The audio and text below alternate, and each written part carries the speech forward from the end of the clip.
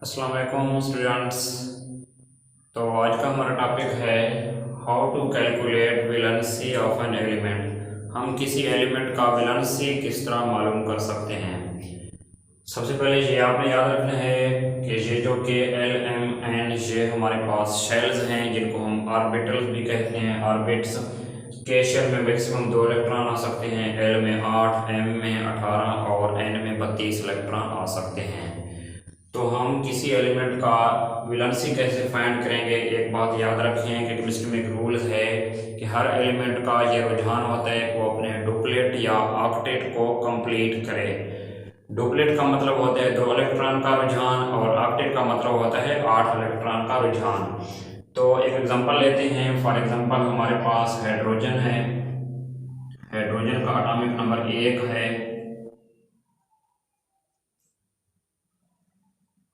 तो इसकी वैलेंसी हम कैसे फाइंड आउट करेंगे।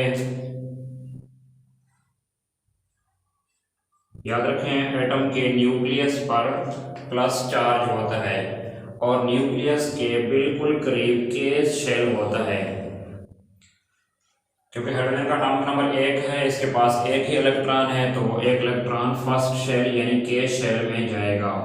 इस तरह से इसका डुप्लेट कंप्लीट नहीं है और हाइड्रोजन को अपना डुप्लेट मुकम्मल करने के लिए एक इलेक्ट्रॉन दरकार है, इसलिए हाइड्रोजन की जो वैलेंसी है वो 1 ही है।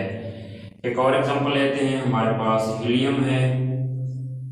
हीलियम का एटॉमिक नंबर 2 है। तो ये के शेल हो गया है, इसके दोनों इलेक्ट्रॉन के शेल में आ जाएंगे। इस तरह हीलियम का डुप्लेट मुकम्मल है और हीलियम को मजीद कोई इलेक्ट्रॉन नहीं चाहिए, इसलिए हीलियम इंतहाई स्टेबल एलिमेंट है और ये किसी भी केमिकल रिएक्शन में हिस्सा नहीं लेता। तो एक और एग्जांपल लेते हैं। लिथियम है हमारे पास, जिसका एटॉमिक नंबर 3 है। इसके फर्स्ट शेल यानी के शेल में 2 इलेक्ट्रॉन आ जाएंगे।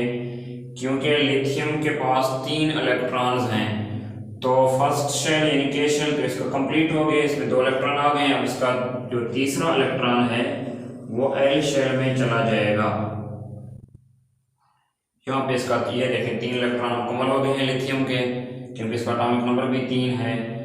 तो एल शेल में ज़्यादा से ज़्यादा आ सकते हैं 8 इलेक्ट्रॉन, जबकि लिथियम के एल शेल में यानी आउटर मोस्ट शेल में 1 इलेक्ट्रॉन है। इसको अपना ऑक्टा मुकम्मल करने के लिए मजीद 7 इलेक्ट्रॉन चाहिए। तो लिथियम क्योंकि 7 ज़्यादा है 1 से, इसलिए लिथियम अब 7 अपना 1 इलेक्ट्रॉन लूज करेगा। 7 इलेक्ट्रॉन हासिल करने के बजाय लिथियम 1 इलेक्ट्रॉन लूज करेगा।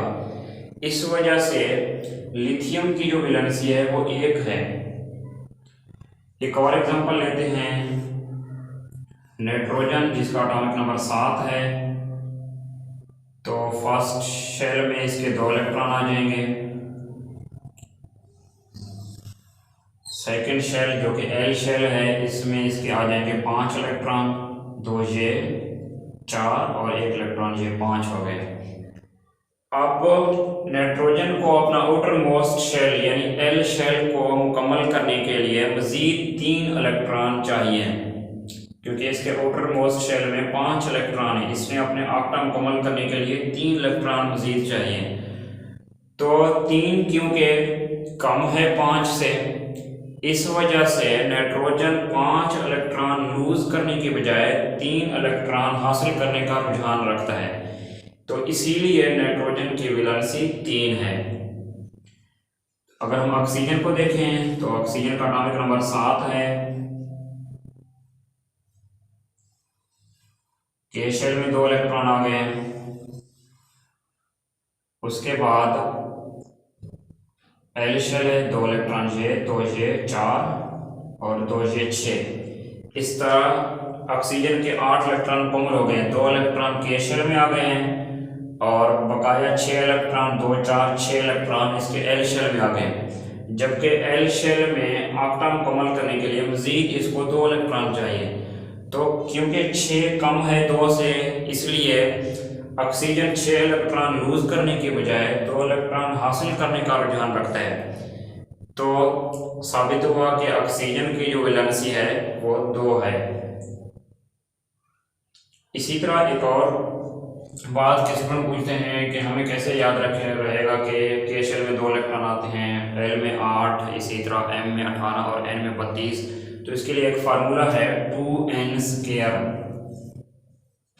इस फार्मूले के मुताबिक हमें मालूम कर सकते हैं कि किस शेल में कितने इलेक्ट्रॉन आ सकते हैं। यहाँ पे n का मतलब होता है नंबर, यानी कि हमने के शेल के लिए 1 पुट करेंगे यहाँ पे, फिर इसको मल्टीप्लाई करेंगे। तो एल शेल के लिए हम 2 पुट करेंगे, एम के लिए 3 पुट करेंगे एन की जगह पे, और एन के लिए फिर हम 4 पुट करेंगे एन की जगह पे। इस तरह से हमें पता चल जाएगा कि कौन से शेल में कितने इलेक्ट्रॉन आ सकते हैं।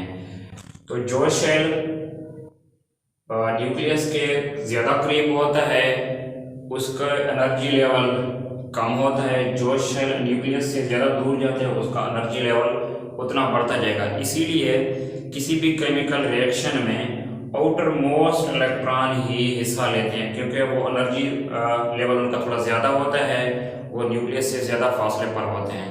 तो कमेंट सेक्शन में बताइएगा कि आज का टॉपिक आपको किस हद तक समझ आ गई है। ठीक है, अल्लाह हाफिज़।